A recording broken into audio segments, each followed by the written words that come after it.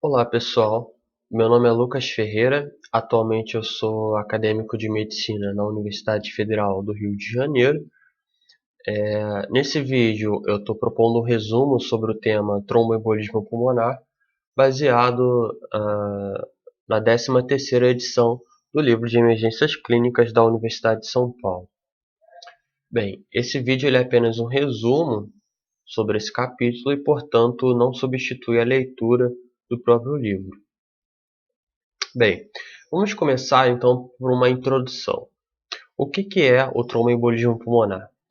Então, você tem aqui na imagem, um trombo que ele se formou em alguma veia, geralmente alguma veia do membro inferior, mas de outras partes também, mas geralmente do membro inferior.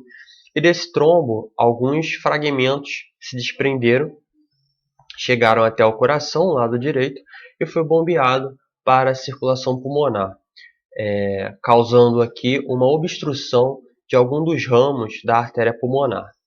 Então, isso é um tromboembolismo pulmonar. É uma obstrução de uma artéria pulmonar ou de seus ramos, por conta de um fragmento que embolizou a partir de um sítio primário de um trombo, que frequentemente está localizado em alguma das veias do membro inferior. Esse tromboembolismo pulmonar, o TEP, ele tem maior incidência em homens com mais de 70 anos. Como a gente vai ver, a idade avançada é um fator de risco para o TEP. E a apresentação clínica do tromboembolismo pulmonar é bastante variável. Você pode ter pacientes que são completamente assintomáticos, até pacientes com uma clínica florida, nos chamados hemodinamicamente instáveis, como veremos posteriormente.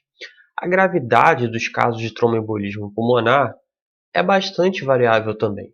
Você tem desde pacientes cuja taxa de mortalidade é menor do que 1%, aqueles estáveis hemodinamicamente, até pacientes hemodinamicamente instáveis com taxa de mortalidade superior a 45%, até 45%, na verdade.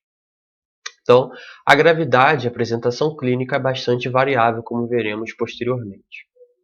Bom, etiologia e fisiopatologia. Então, nós precisamos ter em mente a chamada tríade de Virchow. O que é a tríade de Virchow? São 3 fatores: lesão endotelial, fluxo sanguíneo anormal, estase sanguínea e hipercoagulabilidade. Então, esses fatores eles atuam juntos, causando um evento de trombose. E aí a trombose, os fragmentos desprendidos, impactam lá na circulação pulmonar. Então, a tríade de Virchow ela tem esses 3 componentes. Algum desses componentes pode estar cooperando num determinado paciente para causar a TEP.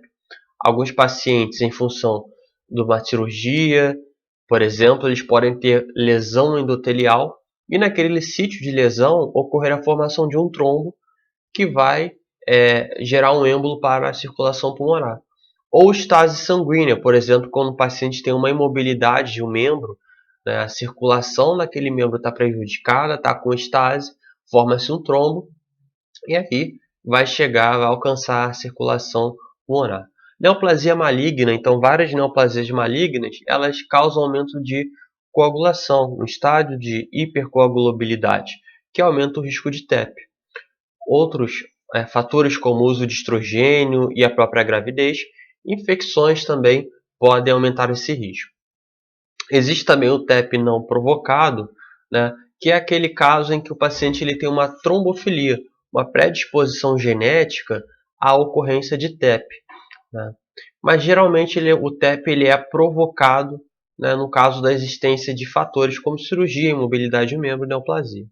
Então, sempre quando a gente tem algum dos componentes da tríade de Virchow aumentada, ou uma lesão endotelial aumentada, um estado de hipercoagulabilidade, ou um fluxo sanguíneo normal, seja uma redução do fluxo, uma estase sanguínea, ou até um fluxo, um turbilhonamento, nós temos então um aumento do risco de formação de um trombo que pode chegar até a circulação pulmonar, causando a trombofilia.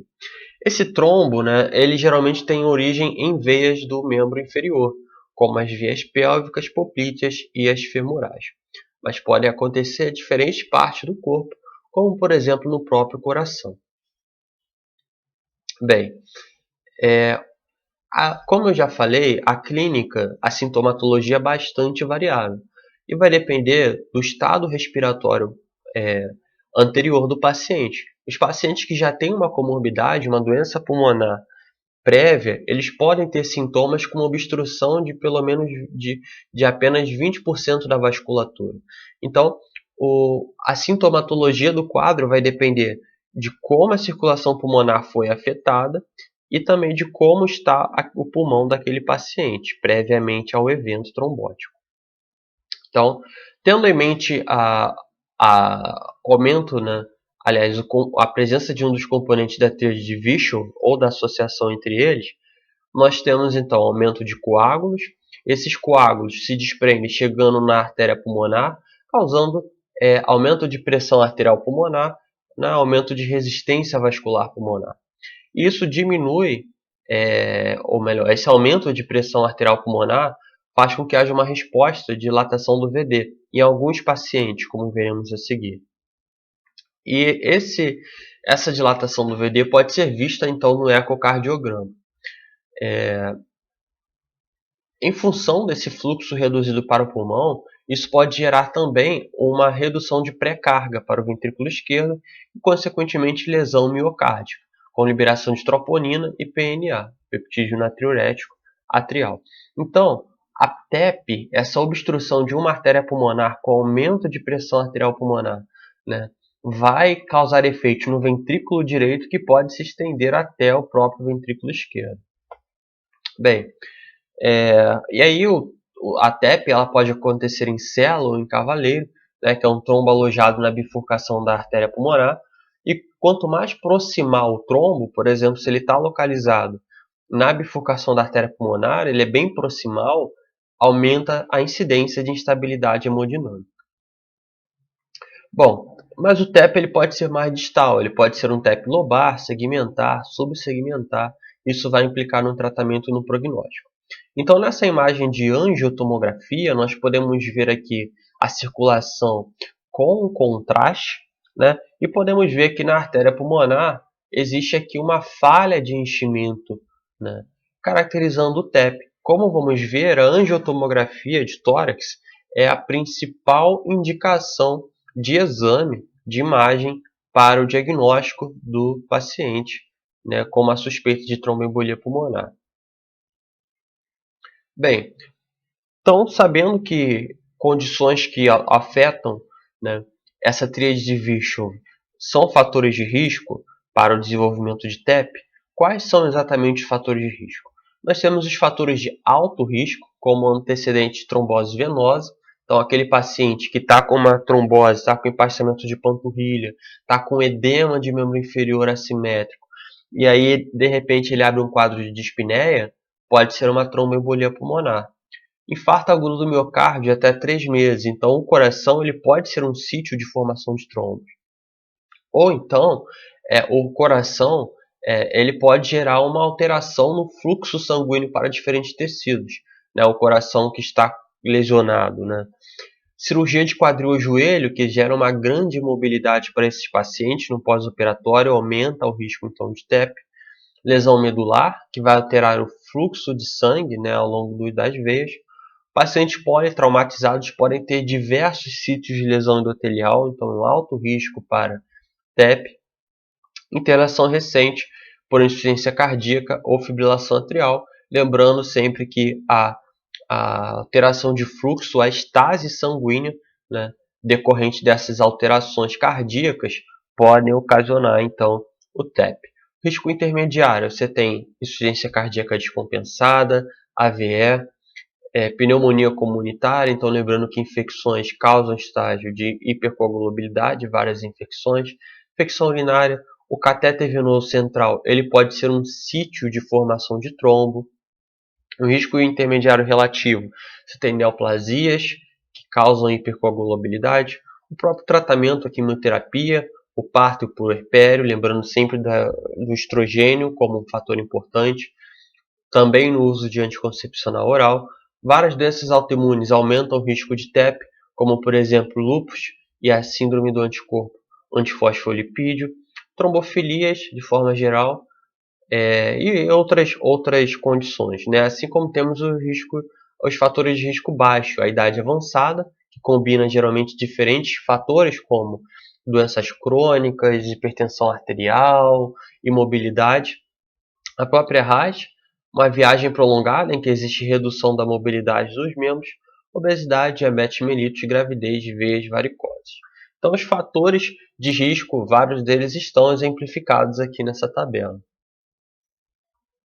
Bem, com relação à classificação hemodinâmica, como vimos, o paciente ele pode ser hemodinamicamente instável, que é aquele paciente que tem o maior risco de evolução com óbito, ele precisa de mais cuidados, e aquele que é hemodinamicamente estável. O paciente hemodinamicamente instável, ele se apresenta, além dos sintomas característicos, com hipotensão arterial. Uma pressão sistólica menor do que 90 milímetros de mercúrio, que indica o quê? Indica uma disfunção de VE, uma disfunção cardíaca. Ou então uma queda de pressão arterial em mais de 40 milímetros. Ou hipotensão com necessidade de inotrópico. Então, pacientes com hipotensão ou que estejam em uso de inotrópico para compensar a hipotensão, eles são classificados como hemodinamicamente instáveis e eles são, portanto, mais graves. Os pacientes hemodinamicamente estáveis são pacientes que não preenchem critérios de instabilidade. Esses pacientes eles podem ser completamente assintomáticos durante o diagnóstico, ou pode ter critérios ali, uma PA limítrofe e uma disfunção de VD limítrofe, que a gente não sabe exatamente se é pelo TEP em si, ou se é por alguma outra condição, como a doença pulmonar obstrutiva crônica, que está evoluindo com pulmonar e causando disfunção de VD, ou se a PA, por exemplo, uma PA baixa se explica por uma desidratação ou por uma sepse. Então, importante ter em mente que os pacientes hemodinamicamente instáveis, eles são hipotensos e têm uma maior probabilidade de um desfecho desfavorável. Bem, quais são os achados clínicos desses pacientes? Então, espera aí. Ok. Os achados clínicos, eles são extremamente variáveis, né? Então, você pode ter pacientes completamente assintomáticos que descobrem o TEP por um exame de imagem de tórax, né, por um outro motivo, ou os hemodinamicamente instáveis, que vão ter mais sintomas. E aí, nós temos a chamada tríade clássica do tromboembolia pulmonar, que é a dispneia, que é o sintoma mais importante, a dor pleurítica e a hemoptise. A minoria dos pacientes que se apresentam com TEP vai ter a presença dessa tríade clássica. A dispneia é o sintoma mais comum, né? Então, avaliando aqui uma tabela, a dispneia em repouso vai aparecer em 50% dos pacientes, 27% tem dispneia aos esforços. Então, a dispneia é o principal sintoma associado à TEP, mas ele não está na maioria dos pacientes. A dor torácica do tipo pleurítica, aquela dor ventilatório dependente, que ela acontece quando o paciente inspira, ela está associada ali a 39% dos pacientes com TEP. E vários outros sintomas podem estar presentes, né? Lembrando sempre para não confundir esses sintomas da apresentação do TEP com sintomas de outras doenças que esses pacientes podem vir a ter, que são fatores de risco para o TEP, e portanto geram um confundimento. Então, tosse, dor torácica, tontura, diaforese, dor abdominal e vários outros são sintomas menos importantes. Lembrando então que o principal sintoma nesse paciente é a dispneia, mas pode acontecer ali uma dor pleurítica, pode acontecer também uma hemoptise. Pode haver também uma dor substernal, confundido-se então com um infarto agudo do miocárdio, ou uma dor no ombro, né, que poderia ser confundido ali com alguma outra causa pulmonar ou então da própria via biliar. Mas a dor no ombro, então, quando acontece no caso de TEP, em geral ela indica infarto nos segmentos basais do pulmão, né? E 1% dos pacientes têm inclusive sintomas neurológicos, como confusão, convulsão, síncope, né? Lembrando que esses pacientes eles podem evoluir com uma disfunção de VE, e isso pode causar sintomas neurológicos. Bem, em relação ao exame físico, quais são os principais achados? Então, o principal é um edema assimétrico dos membros inferiores, que vai indicar para a gente que esse paciente ele tem uma trombose venosa profunda, né? Então, a trombose venosa profunda pode evoluir com TEP. Então, o edema assimétrico de membros inferiores, num paciente com dispneia, vai fazer com que a gente pelo menos levante a suspeita de TEP. Pode ser outra coisa essa dispneia, mas a gente vai pensar nisso. Uma P2 hiperfonética indica hipertensão arterial pulmonar e pode estar presente principalmente naqueles pacientes hemodinamicamente instáveis. O sopro tricúspide também pode acontecer, lembrando da dilatação do ventrículo direito. Sintomas inespecíficos que alteram os sinais vitais, né, mas não de forma previsível, ou seja, isso é bem variável. Eles incluem taquicardia, taquipneia, pulso fino, baixa saturação de oxigênio, febre. E na ausculta, a maioria dos pacientes vai ter o pulmão limpo, né? A não ser que haja um infarto pulmonar, e aí você pode ter os estertores sobre o segmento pulmonar afetados por esse infarto. Então, no exame de ausculta respiratória, geralmente o pulmão ele está limpo, né? E os achados aí que indicam o TEP são principalmente o edema assimétrico de membro inferior, B2 hiperfonética e sopro tricúspide. Bem, quais são os principais exames que vão apoiar a investigação diagnóstica? Então, como os pacientes podem ser estáveis ou instáveis hemodinamicamente, o exame, na primeira abordagem, é a oximetria de pulso e a gasometria arterial. A oximetria de pulso, a gente vai conseguir avaliar, então, a saturação, que pode estar ali um pouco mais baixa. Ela pode ser normal, mas um pouco mais baixa aí, apontando a necessidade de uma oxigenação. Então, oximetria. A gasometria, a gente pode encontrar uma pressão parcial de O2 menor, né, justamente por causa dessa deficiência de perfusão pulmonar. A PaCO2 ela é geralmente baixa. Por quê? Porque como tem esse problema de perfusão, o organismo procura ventilar melhor o pulmão para tentar compensar essa obstrução na artéria pulmonar. Então, aumenta a frequência respiratória, causando taquicardia, e, portanto, aumenta a eliminação de gás carbônico. Né? E a PaCO2 ela é geralmente baixa, né, nesses pacientes com tromboembolia pulmonar. Né? Mas 30% podem ter a gasometria normal. O dedímero ele é o principal exame de laboratório no diagnóstico do TEP. Então, o que é o dedímero? O dedímero ele é um fragmento liberado pela degradação da fibrina por ação da plasmina. Então, o coágulo ele é formado por um aglomerado de plaquetas entremeadas numa rede de fibrina. E aí, a plasmina é uma enzima que vai lá e consegue promover a degradação dessa rede de fibrina, liberando diversas moléculas, dentre elas o dedímero. O dedímero, então, quando ele está negativo, né, ele acaba excluindo o TEP.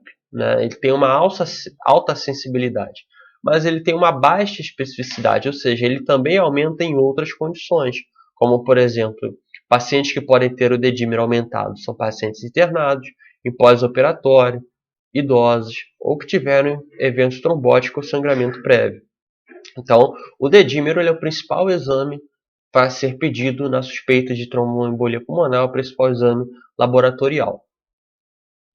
Bem, eletrocardiograma ele também é importante, principalmente para avaliar a estabilidade hemodinâmica desses pacientes. Então, mas os sinais eles são inespecíficos. Os pacientes podem ter taquicardia, inversão de onda T, alterações nos segmentos ST e o bloqueio de ramo direito. Então, são todos achados inespecíficos que vão aparecer nesse eletrocardiograma. A radiografia de tórax ela também pode apresentar alguns achados, mas geralmente a radiografia de tórax ela é normal, mas pode aparecer cardiomegalia, né, apontando disfunção de VD, a telectasia basal infiltrado pulmonar e derrame pleural. Então, lembrando sempre que a tromboembolia pulmonar é uma causa de derrame pleural. E você pode ter o sinal de Westermarck, né, que indica uma obstrução completa da artéria lobar, e a Korkov de Hampton, que indica o infarto pulmonar. Então, aqui a gente vê nessa radiografia de tórax em PA o chamado sinal de Ostermark. Significa uma obstrução mais proximal da artéria pulmonar, de modo que existe uma dilatação da artéria, né, proximal ao local de lesão, com uma perda da visualização das artérias distais àquele local de obstrução. Então, uma vasoconstricção, uma vasodilatação proximal com a vasoconstricção distal ao local, uma falha de enchimento que acontece aqui distal à lesão.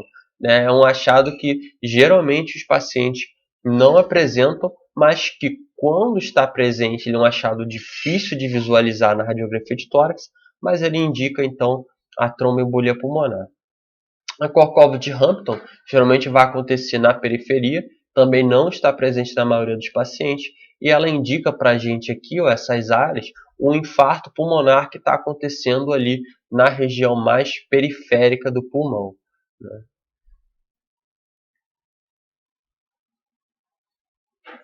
Bem, o principal exame de imagem no diagnóstico do TEP é a angiotomografia de tórax.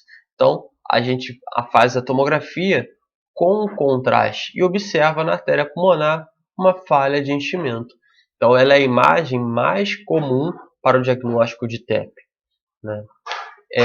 E ela vai indicar um coágulo, como eu falei, com defeito de enchimento das artérias pulmonares. Tem alta sensibilidade e especificidade, né? Lembrando sempre que o contraste ele pode causar lesão renal, pode existir uma nefropatia, uma insuficiência renal aguda por contraste. Então, com aumento de creatinina sérica. Então, cuidado com pacientes que têm uma insuficiência renal prévia, que podem ter uma piora do seu quadro clínico com a angiotomografia de tórax por conta do contraste. A angiotomografia de tórax ela vai ser indicada quando a probabilidade pré-teste é alta, ou naqueles pacientes com dedímero positivo. Então, quando o dedímero é positivo, a gente faz a angio-TC, e a probabilidade pré-teste ela pode ser baixa, intermediária ou alta, como veremos a seguir.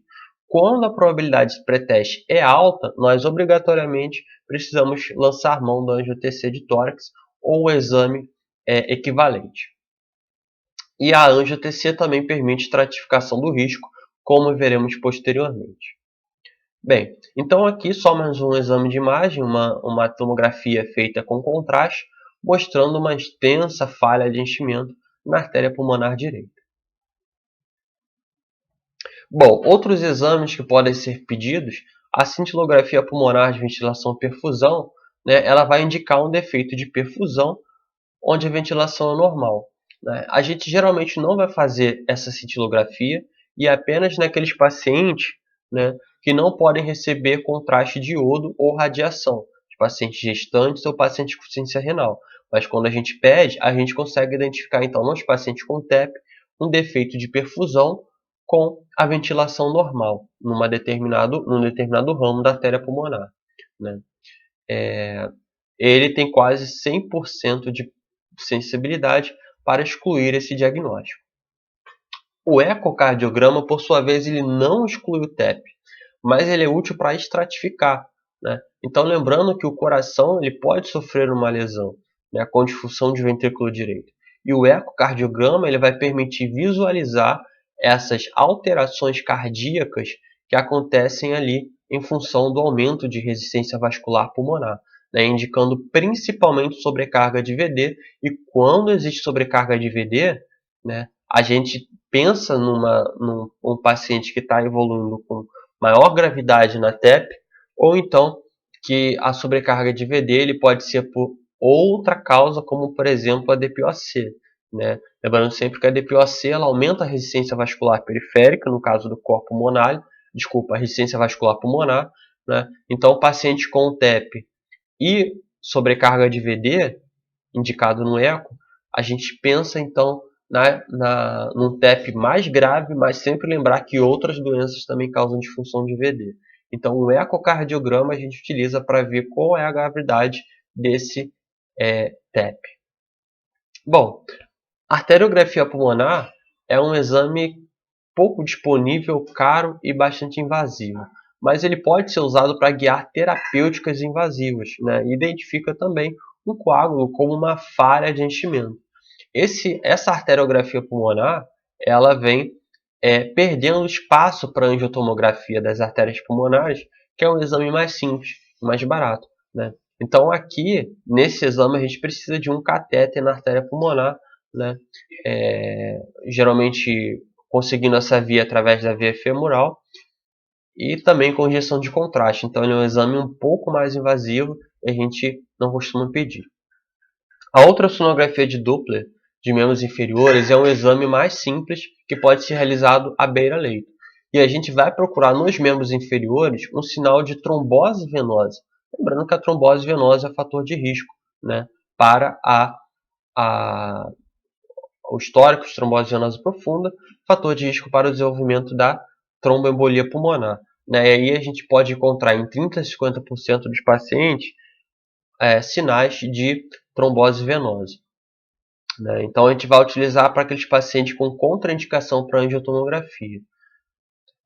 Outros exames podem ser pedidos, a função renal, coagulograma, eletrólitos, e para a estratificação de risco, como veremos posteriormente, nós temos a troponina, o BNP e o próprio eco, onde a gente faz a avaliação cardíaca. Bem, qual é então o passo a passo para o diagnóstico do TEP? Como é que a gente vai utilizar esses exames, essa anamnese, para estabelecer o diagnóstico? Então, apenas 10% dos pacientes avaliados com suspeita de TEP têm realmente confirmação. Então, a minoria, né, a gente precisa utilizar métodos que minimizem as falhas, para que a gente não incorra numa falha diagnóstica nesse processo. Quais são os métodos seguros? Então, a primeira coisa é determinar a probabilidade clínica pré-teste. O que é isso? Quais são os dados da história desse paciente que indicam que ele tem uma alta chance de, sendo investigado para a TEP, ter a confirmação diagnóstica. Então, quais são os dados? A gente utiliza o score de Wells. O score de Wells ele diz o seguinte: a probabilidade clínica pré-teste ela pode ser baixa, numa pontuação entre 0 e 1, intermediária, numa pontuação entre 2 e 5, ou ela pode ser maior ou igual a 7, com uma alta probabilidade clínica. Então, aí você avalia o que cada dado da história, ou do exame físico, a pontuação. Antecedentes de TEP ou TVP, o paciente ganha 1,5. Frequência cardíaca superior a 100, 1,5. Cirurgia e imobilização nas últimas 4 semanas, 1,5. Hemoptise, o paciente ganha 1. Neoplasia ativa, também ganha 1.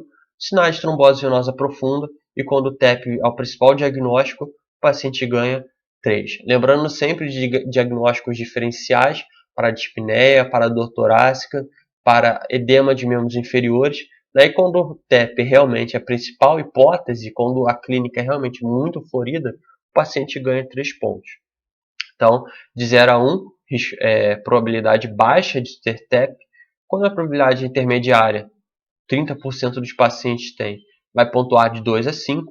E quando é alta, maior ou igual a 7 pontos no score de Wells.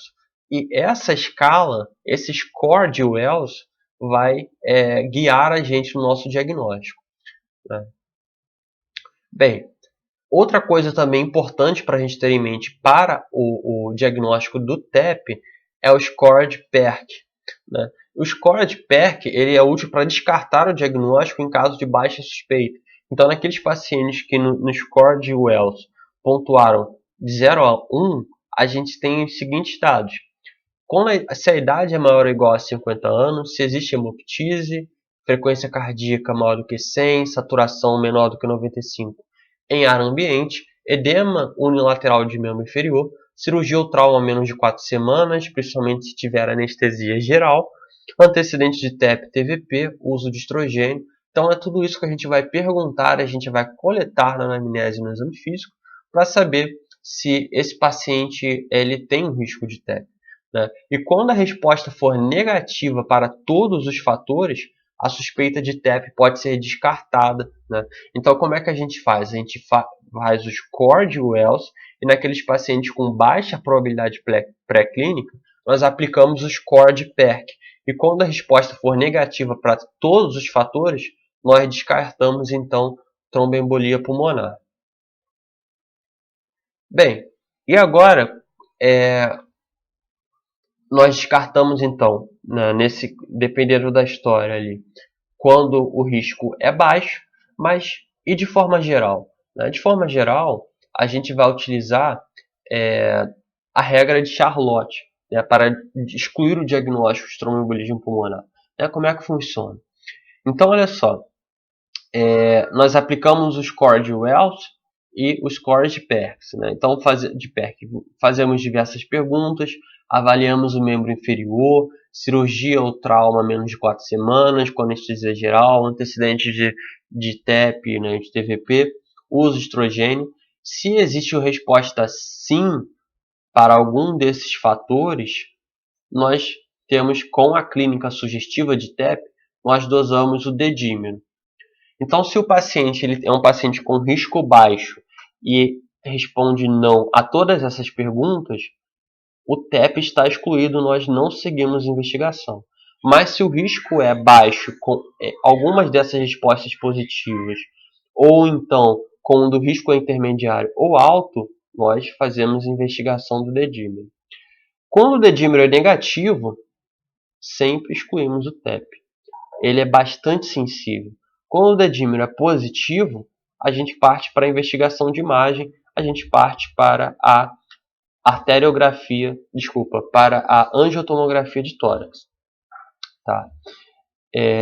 Bem, aqui alguns achados mais inespecíficos, por exemplo, a gente se depara com pacientes na emergência com frequência cardíaca por pressão arterial menor do que 1 ou idade de 50 anos, a gente vai então para a investigação de TEP. Né? Se for não, a gente pode aplicar, né, a escala de PERC. E aí, dependendo da resposta, a gente utiliza o dedímero ou não. Né?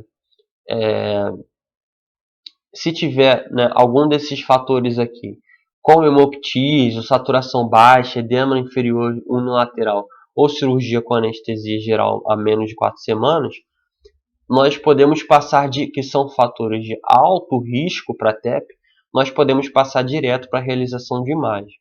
Tá? E aqui alguns dados importantes. Quando o paciente ele tem probabilidade pré-teste alta, a gente já precisa fazer logo a primeira dose de anticoagulação antes da confirmação diagnóstica. Então, naquele paciente que pontua 7 ou mais na escala de Wells, a gente já começa a fazer o tratamento empírico da tromboembolia pulmonar antes mesmo da confirmação desse diagnóstico. Se a regra do PERC não excluir TEP, ou seja, aqueles pacientes com baixo risco, mas a escala de PERC não conseguiu excluir o diagnóstico, a gente vai usar o dedímero, no método por ELISA. Quando o dedímero dá negativo, a gente já consegue excluir a hipótese de TEP também. Né?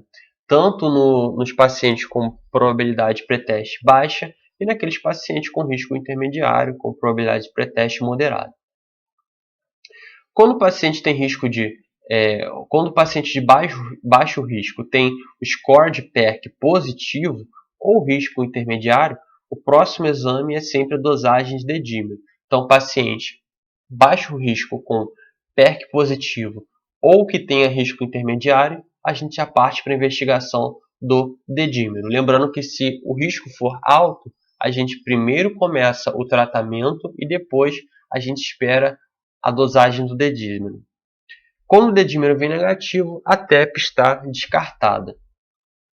Em pacientes com baixa ou moderada probabilidade com dedímero positivo e o paciente com alta probabilidade pré-teste, é recomendado continuar a investigação. Né? Então, são esses os dados que eu gostaria de apresentar e eu vou postar um próximo vídeo que vai falar sobre a estratificação de risco do paciente e o tratamento da tromboembolia pulmonar. Muito obrigado por ter assistido até aqui.